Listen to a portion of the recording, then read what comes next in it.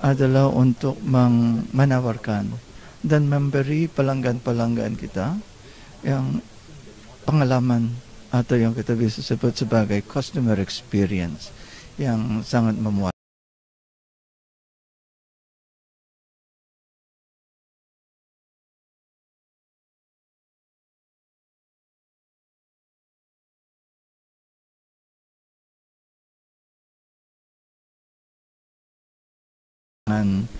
Keinginan kepuasan masing-masing, and then dengan tarif atau service package yang sesuai dengan kebutuhan masing-masing.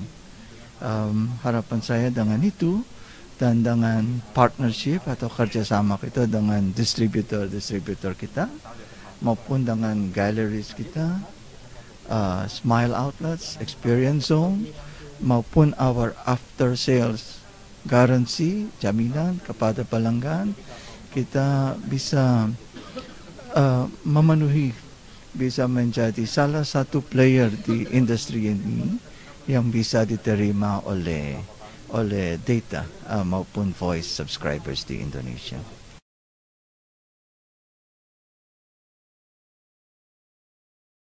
I think the data subscribers di Indonesia tidak terlalu price sensitive. I think kebutuhan ini will selalu ada di situ, dan kenaikan BBM ini harapan saya, dan saya lihat ya, kalau dari segi data tidak terlalu dipengaruhi.